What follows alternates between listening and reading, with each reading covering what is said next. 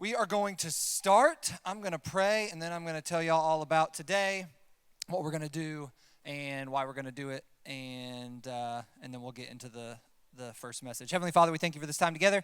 Thank you for each of our seniors and the path they've taken to get here and their relationship with you.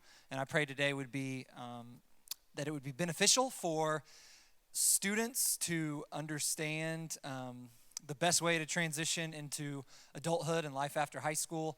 I pray that it would begin some steps that make that transition easier, and I pray that it would be fun and that we'd enjoy just being together and building relationships and having fun with one another. And we thank you for your love and this day. In your name, amen. All right, so we have journals in front of you. You can write things down if you would like. That would be great. And if you don't want to write things down, or if you don't want to write in those particular journals, that's okay. But we wanted to provide them for you if you wanted them. So first of all, I want to just talk about why we are here. So about 8 years ago, we started doing some things for seniors before they graduated. Actually, it was really after they graduated. We started with just this one senior dinner that would be right after graduation, where we kind of talk about what was to come and answer questions and all that kind of stuff. And over the years, we've slowly added more and more to it because of how important we know senior year is and how important we know this transition is for you guys in really every aspect of life. And so so over time, we added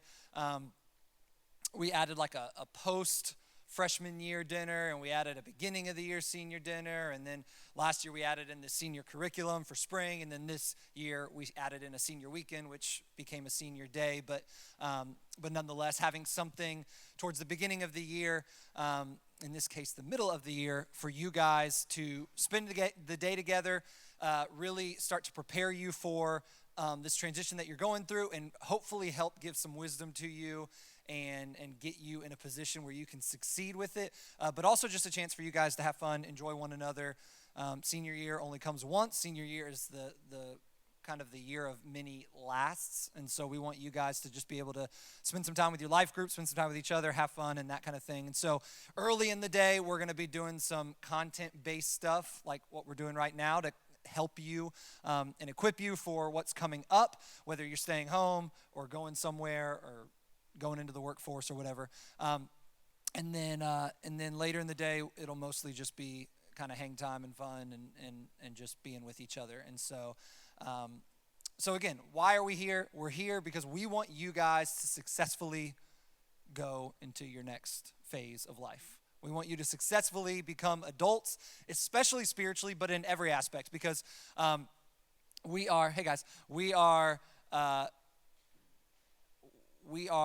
know that you guys are becoming adults. Maybe you're already legally adults because you're 18 years old, but you're entering into a new phase of life, and we want you guys to do it successfully. And as a church, we are mostly focused on the spiritual, but we also know that the spiritual affects everything else. And we believe that your relationship with Jesus will affect your academics, your relationships, your emotions, your mental health, and everything in between. And so I want to start by reading Philippians 3, verses 12 through 14. We're going to put it up on the screen. And this is a letter from the Apostle Paul to the church at Philippi, and he is writing to them. Do we have that, Jacob? There we are. So we're going to start in chapter 3, verse 12. It says this: "Not that I have already obtained all this." So he's referring to what he was just saying. He was talking about his relationship with Jesus and all that kind of stuff. He says, "I haven't already obtained all this," meaning, I'll continue going on, "or have already arrived at my goal." So he's saying, I'm not where I should be. None of us are where we should be. None of us are perfect. We won't be perfect until we die, go to heaven, and see Jesus face to face and are renewed once and for all. However, even though I have not arrived where I want to be, I press on, I run after, he's saying, to take hold of that for which Christ Jesus took hold of me. So I'm not where I want to be, but I'm going to press into where I'm going, which is really the situation y'all are in right now. Y'all are going into a transition. Everybody say transition. Say transition. All right, next verse.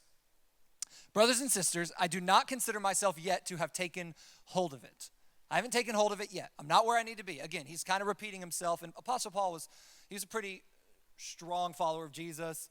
He took whips, he took prison, he took shipwrecks for the name of Jesus. And he planted churches and reached thousands. And eventually, really, his work reached billions. And yet, he says, I haven't taken hold of what God has for me yet. There's still more. And I want to encourage you, there's always more.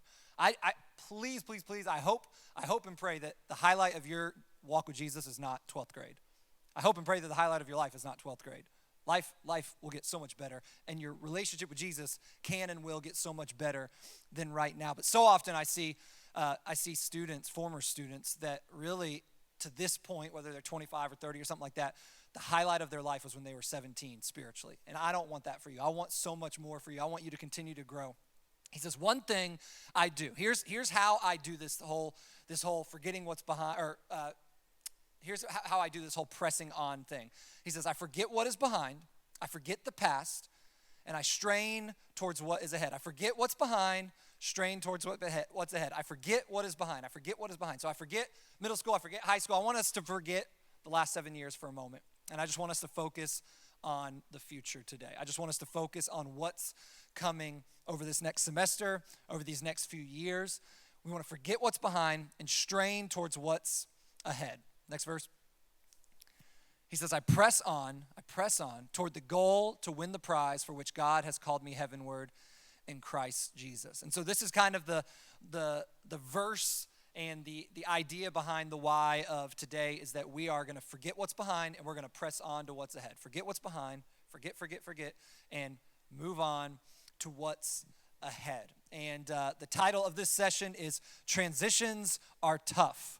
Transitions are tough. I want you guys to think about when, I don't know if you can really remember this, it's a little bit far away, but I want you to remember when you went from 5th grade to 6th grade. 5th grade to 6th grade, especially for those of you who had to switch schools in that. I know some of y'all maybe went to Providence your whole life, so y'all didn't really switch schools, but even then it's an adjustment. But especially if you went to a school for elementary school where the 5th graders are the oldest kids, and then you transitioned into a brand new school. And I want you to just think about how that was. You went from having probably one teacher all day to having like 6 or 7 teachers. You went from having maybe one textbook or a few textbooks that were kept in the room to like getting 6 books at the beginning of the year. And then you had these lockers and they were so intimidating. Just put yourself in the 6th grade. Like now we just think, oh, it's a locker, whatever. But like when you're 6th grade, you're like, oh my gosh, I have a locker. Like what's the code? How do I get into it? What if I don't get to my class on time? I remember the first time I had lockers. I was in 7th grade, and every day I was late to class because I would go to the locker and have to switch it out, and I just wasn't used to it. And I got late so many times. I was going to this little private school that she sent me to the principal's office. I'd never been to the principal's office, and I go in there and I'm like bawling, crying, and like hiccuping. You know that like hiccup where you can't even talk, and you're crying so hard. And it was all because of a locker. So it's like, remember, like lockers were a big deal, and middle school was scary, and you went from being the oldest as a 5th grader to being the youngest as a 6th grader, and you looked around, and these 8th graders, they're huge and all that kind of stuff, and that transition was very difficult. That transition was difficult. And a little bit more recently, think about middle school to high school. You went again from being the oldest as an 8th grader to being the youngest as a 9th grader. You went from being kind of the king of the hill or whatever to being this little kid, and there's like grown-ups around you. And all of a sudden, especially when you get into 9th grade, there started being pressures and options to do things that maybe weren't around or weren't as commonplace in middle school. And so you're like, I don't know really where I fit in here. Maybe you had to find a new group of friends. Once again, your day kind of changed. Like it may have started a little bit earlier. You're getting up at 6:30 to get to high school, and you have even more work and even more classes and more responsibilities, and you're trying to just figure out where you fit in. Now I want you to think about another transition. I want you to think about going through puberty. I just want you to put yourself back in that situation. I know it's a little awkward, but like I want you to remember when you just, I know I'm gonna get, I just want to remember like your body started to stink. Remember when your face started getting oily all the time?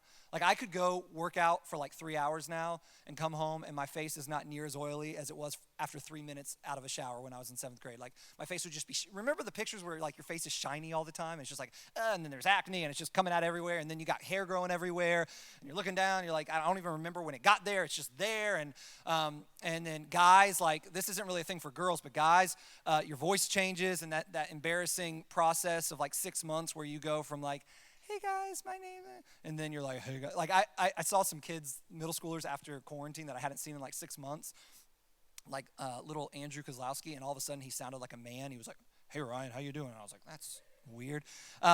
There's that weird process, and boys go through that. Girls go through periods, and I don't know what that's like, but I imagine blood rushing out of your body the first time is very, very scary and weird and awkward. That transition was tough. And emotionally, you're going through things. Hormonally, you're going through things. And in the midst of that awkward phase, you're in middle school where everybody's insecure. Everybody's making fun of one another and because they feel so insecure about themselves. And so it's just a very difficult transition. And even this transition, if you move from one city to another, or even if you don't move from one city to another, even just moving from one house to another, that transition is difficult. You have to get used to a new room. You have to set up your stuff in a different way. Things don't work the way they used to. Like last weekend, some of us were helping Courtney move into the new house she had just bought, and I haven't moved. It's been almost 4 years since I moved. I hate moving.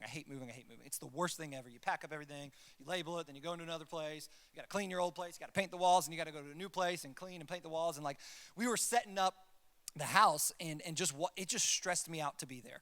Like honestly, like I was just like, oh, like moving sucks. And she has like wallpaper everywhere, and like she has to remove wallpaper off of every wall in her new house. And I was like, that's terrible. And like that transition of moving is terrible. And I was just thinking back to the transition when me and Karen bought our first house and like doing all the repairs and doing all the projects and cleaning and moving in and dust everywhere. And it just really sucked. Transitions are difficult. And you'll have some more transitions. When you get married, you'll go from having a lot of time to not having as much time. Then you'll have kids and you'll have no time. And like you have those transitions in life and they're never easy. They may be good, but they're never easy. So this transition you're about to go into is a special transition for you guys so far, because the transition to life after high school will likely be the most difficult transition that you have ever gone through. It won't necessarily be the most difficult transition that you'll ever go through. You'll probably go through a more difficult transition at some point in your life. However, up to this point, most likely, this will be the most difficult transition you've ever gone through. Every year, I see students from this ministry, I see seniors go from being confident, secure, knowing who they are, they're just very secure in like how they talk, what they do, their personality, all that kind of stuff. And it goes to faith too. I see students who are very strong in faith. They know what God's all about. They serve. They do all these kind of things. I see students do that. And 6 months later, the majority of those students, and this isn't a bad thing, it's just a reality thing. The majority of those students are insecure, aren't sure who they are. They're distant from Jesus. And all these things happen because this transition is difficult. It has nothing to do with whether or not you're a good Christian.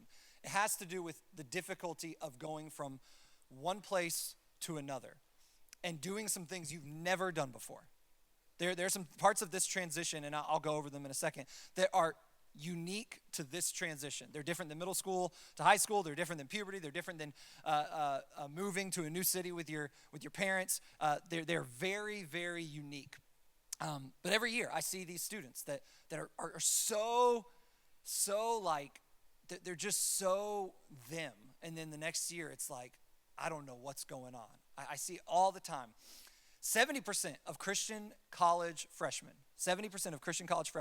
leave their faith in the first year of college. That means, look around, 7 out of 10 of you, statistically, hopefully this doesn't happen. Hopefully everything we're going through this weekend will help. But statistically, 7 out of 10 of you will not have any engagement with your faith after your first year of college. And I know, it's like, Ryan, this is It's supposed to be our little senior weekend. It's supposed to be fun. Y'all, you're just being like mean. This is just reality. I'm trying to give us a reality check of the transition that we're about to go through. 70% of you, if you don't prepare, if you don't think about it, if you aren't intentional, will leave your faith in your first year, which again, we believe that faith in Jesus changes your relationships, your dating, your academics, your work, your finances, everything. And so if that happens, it's going to affect everything. 1 in 3 college students suffer from mental illness.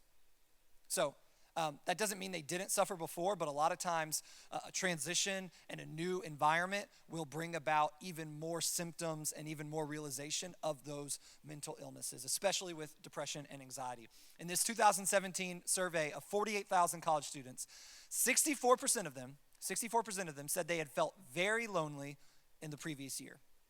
Only 19% of them said they never felt lonely. Students also reported feeling overwhelming anxiety. 62% of them felt overwhelming anxiety in the year before. 69% of them felt very sad in the year before. 53% of them felt things are hopeless, and 12% of them seriously considered suicide. So that's kind of the reality of life after high school. And I know y'all are like, this is terrible.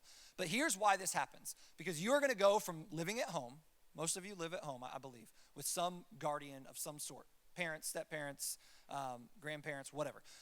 You're going to go from living at home, being in the familiar, having a church home, and even more specifically, a ministry home, which is United Beach Students. You're going to go from having community within your life group, community within your friend group, community within neighbors and that kind of stuff. And you're going to go from having a routine. You guys have a routine. No matter what it is, whether it's good or bad, you all have a routine. You're going to go from that to living away from home. Or you may live here still, but here is different. And a lot of times people are like, I'm just going to UNF. I'm just going to FSCJ. Everything's going to be the same. I'm not even moving out of my house. Things will be different because now you'll be an adult in your home rather than a student or a minor in your home, and some things will change relationally with your parents. A lot of your friends will leave, even if you're staying, which will be different. You'll be in a new school, you'll be in a new job, you'll be in a lot of new things. And so the reality is, even if you stay here, you're not really at home anymore. It's just different. That's the only way I can say it. So you're going to go from living at home to living away. You're going to go from having a ministry in a church home to not having a ministry in a church home if you move away. And even if you live here, you're not going to be in student ministry anymore. You're going to be an adult in big church, and you're going to have to kind of find a new way of life within church. And you're going to go from having community to having no community, whether that's, again, friends moving, leaving your family for the first time, having to find all new friends, that kind of thing. And then you're going to go from having a routine to having no routine, to having different schedule, to having more time or maybe less time, and everything's going to change. And that's why this transition is so difficult. That's why so many times students feel lonely. That's why so many times students feel stressed. That's why so many times students feel uncertain. That's why so many times students don't feel confident, because they go from everything that was familiar, the height of familiarity. You've been living this for 18 years, and you're going to go have to do it all on your own. And to make things even more difficult, we all have 4 spiritual influences. Everybody say 4. Put up 4. Come on, stay with me. 4. Y'all are dead. All right, I'm going to have to do what I did at Providence the other day. Everybody stand up. Stand up. Oh, my gosh. Stretch. Lean to the side, put both hands up and lean to the side. Stretch out that rib. Stretch out the other rib.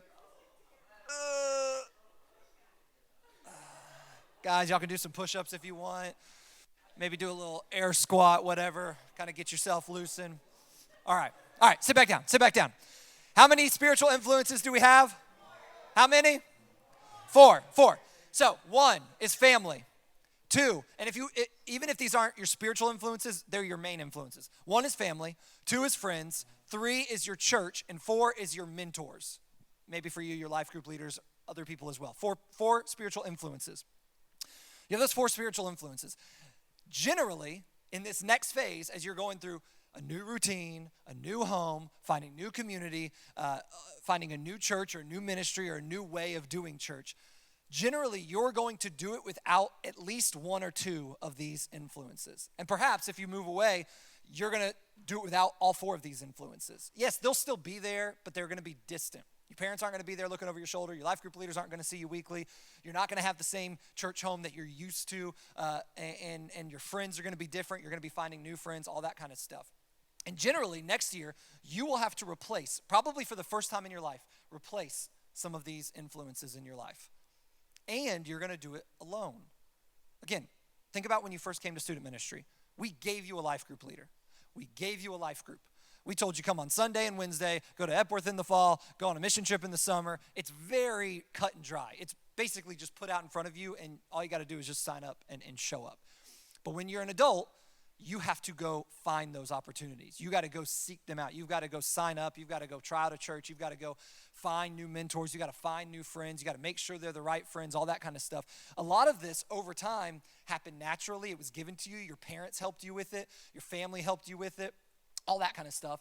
And next year, whether you're in town or out of town, even if you're not going to college or going to college, you're going to have to do all of that transitioning while also replacing at least a few of these four spiritual influences. And so, again, a lot of bad news I've been giving you, but we want to kind of give you the reality so that you guys understand what's at stake, and then we want to help you build you towards a solution here. So here are the short-term effects of this transition if you don't do it well, if you fall away from your faith, all that kind of stuff.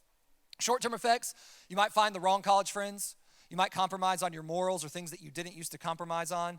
You might not be involved in church. You might not grow in faith. You might end up having doubts in your faith. You might end up leaving your faith. But even more importantly than those short-term effects, this is the beginning of your adult life. And I know that sounds really serious and all that kind of stuff, but it is. It's the beginning of your life on your own. It's the beginning of you kind of spreading your wings and going out on your own. And I read this in a book about this transition, and it was so powerful to me. But here's what we don't want for you. We don't want you guys to struggle with teenage sins when you're 30. Let me say that again. We don't want you to struggle with teenage sins, with your little high school sins when you're 30, when you're getting married, when you have kids. We want you to grow out of that stuff. And if you go through the next 4 years and you make no headway, in fact, you maybe go the opposite way into a negative space in your faith and relationships and all that kind of stuff, it's going to affect you in your marriage, when you're having kids. You're going to go into those relationships, into those new parts of life. You're going to make new transitions with really bad habits, with some regrets, with some things you didn't have to live through. And so what we want for you is to go into those things healthy, not to go into them perfect. They're never going to be perfect and easy. It was hard when I got married. It was hard when I had kids. But we want you to be in as best a position as possible when you get to those places, so that you don't look back at the age of 40 and look back at college and be like, I just wish in my early 20s I had made different choices. I wish I hadn't gotten into a bunch of debt. I wish I hadn't had all these stupid relationships and these physical relationships that just kind of drained me. I wish I hadn't done this in my career. I wish I hadn't made that choice. Like, we don't want that to happen to you. We don't want that to be your story. And I know it sounds dramatic, but that all starts in college. I've seen so many, and our life group leaders can attest, I've seen so many students leave this ministry and come back from college, and they're just like kind of broken. And like, not broken like they can't be fixed, but just kind of like they're hurting because they have done nothing over the last 4 or 5 years to really grow. And they're just in a place where they're not doing super well, and they're trying to figure out life, and it just makes it even more difficult. And so we want to help you with this transition. We want to help you figure out what to do. And so I'm going to spend a couple minutes just starting that, and then after lunch we'll talk a little bit more in depth about it. But here's the key to transitioning well. The key to transitioning well is taking ownership. Taking ownership. Taking ownership. The key to transitioning well is taking ownership. When you are teenagers, you don't have to take ownership for the most part. Your parents do it for you. Your life group leader does it for you.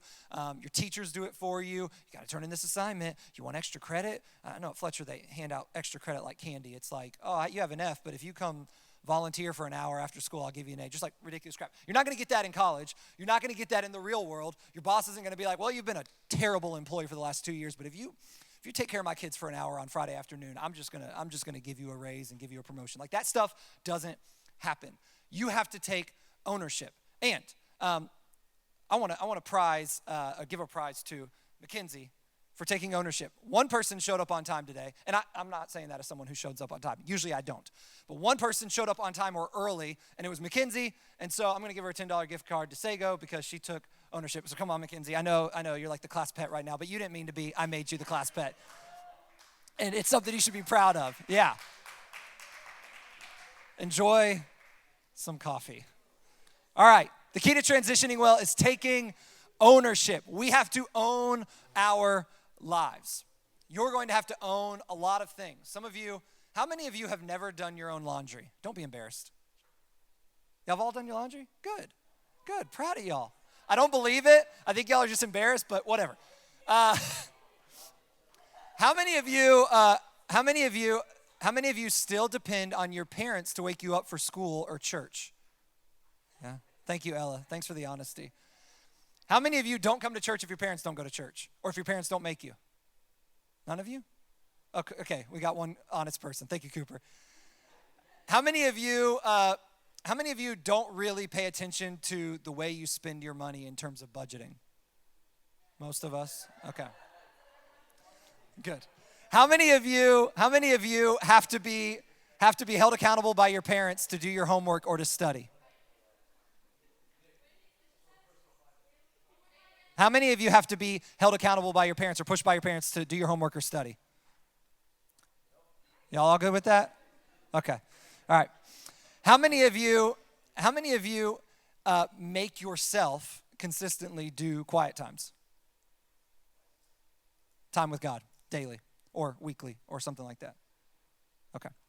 So the key to transitioning well is taking ownership. And mostly I want to focus on spiritually because that's kind of our deal and we believe it affects everything else. But in every aspect, financially, academically, relationally, emotionally, mentally, time management, we want you guys to know that taking ownership is the key. That is something you will have to do next year. And so it's something we want you to do now. And I want you to just write down in your journal or wherever you're writing, what are some things you will have to own next year?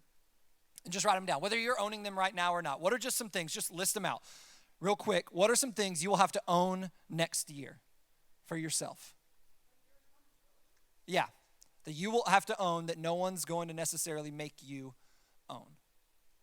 Just write those down. You're not going to give those to anybody or say anything. I just want you to kind of think about it for a second.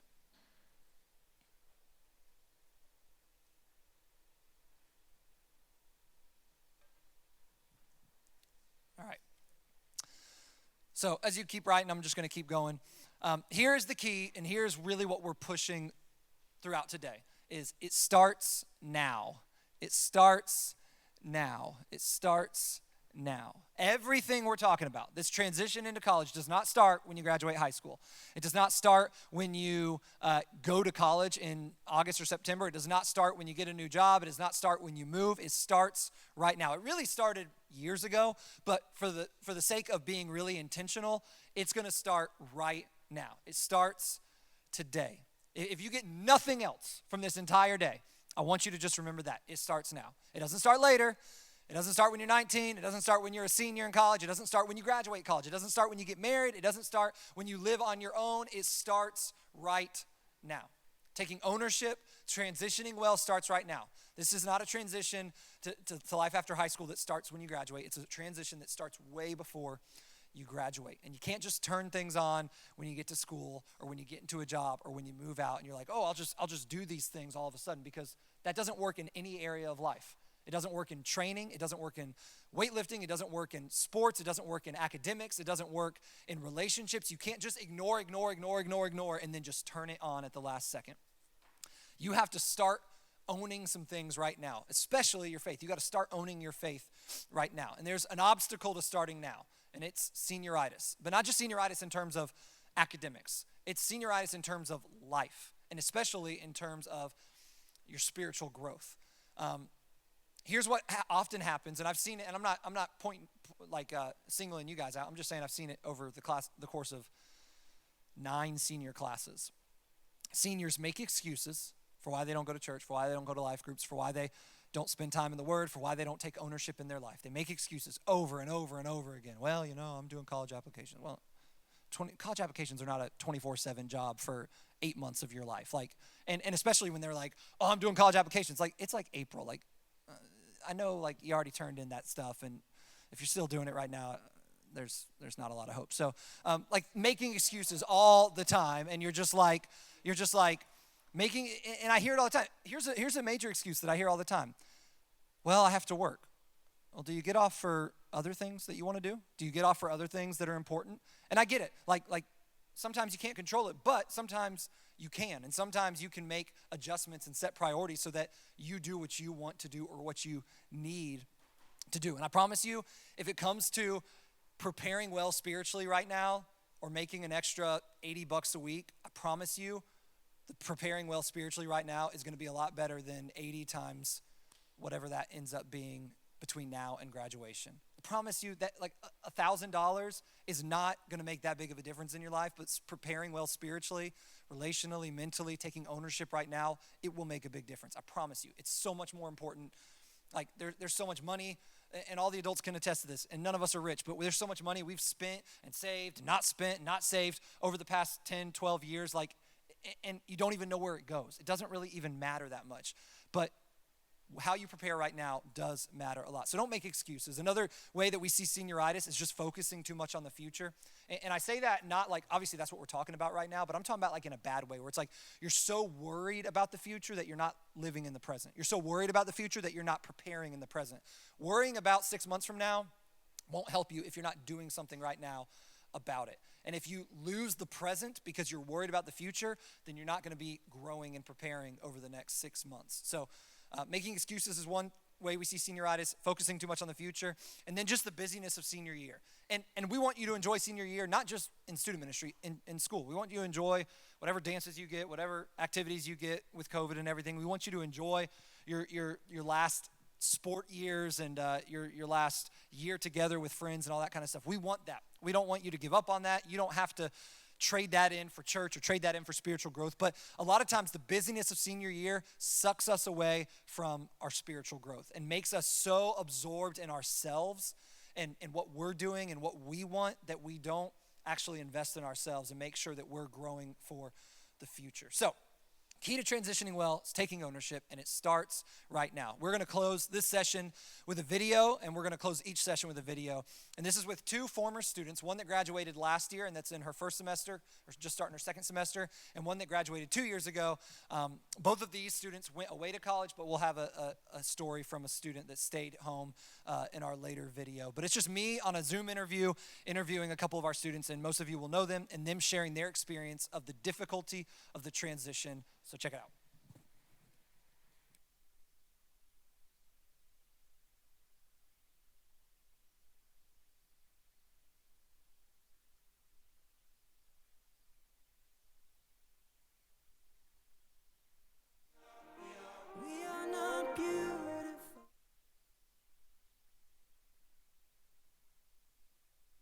I left the music on, I'm sorry.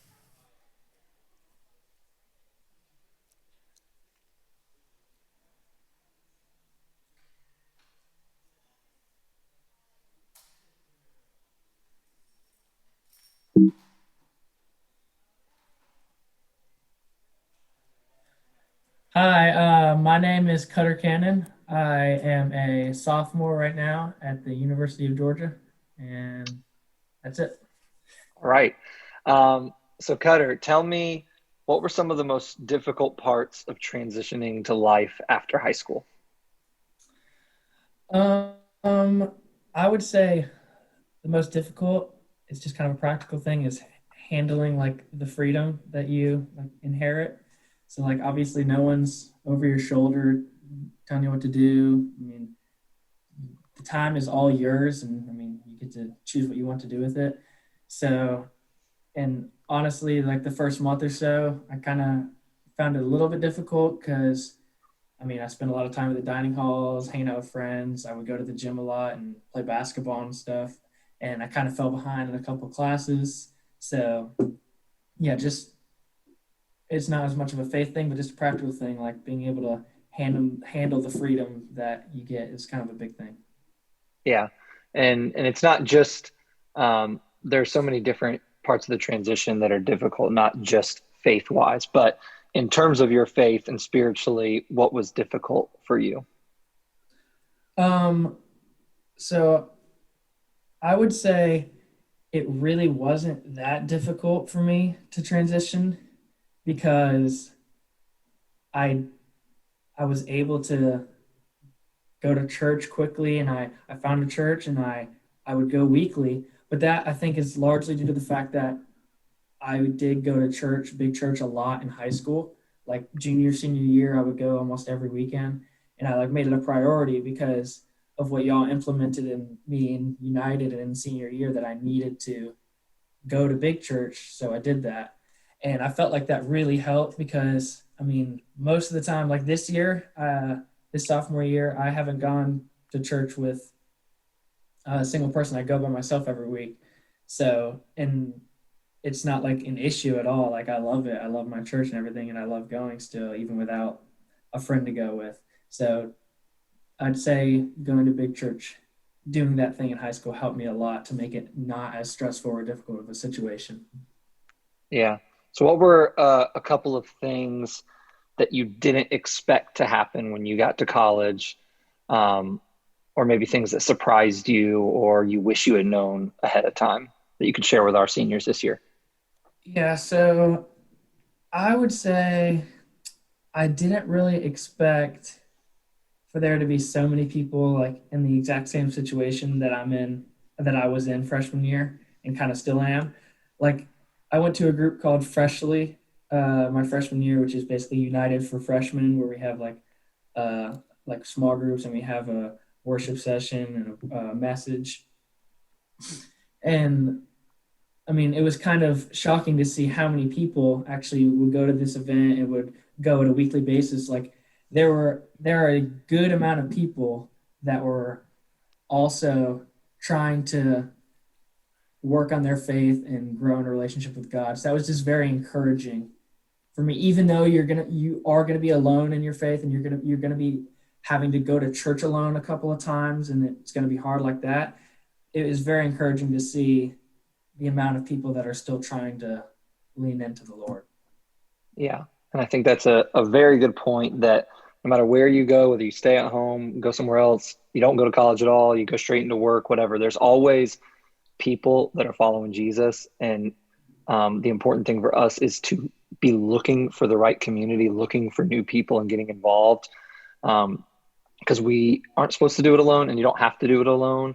And in 99% of situations, there's people to help you in your journey of following after Jesus. And not everybody's just um, in college to party and just do whatever. So, uh, the last thing I want to ask you is what do you think you could have done during your senior year to make your transition more smooth?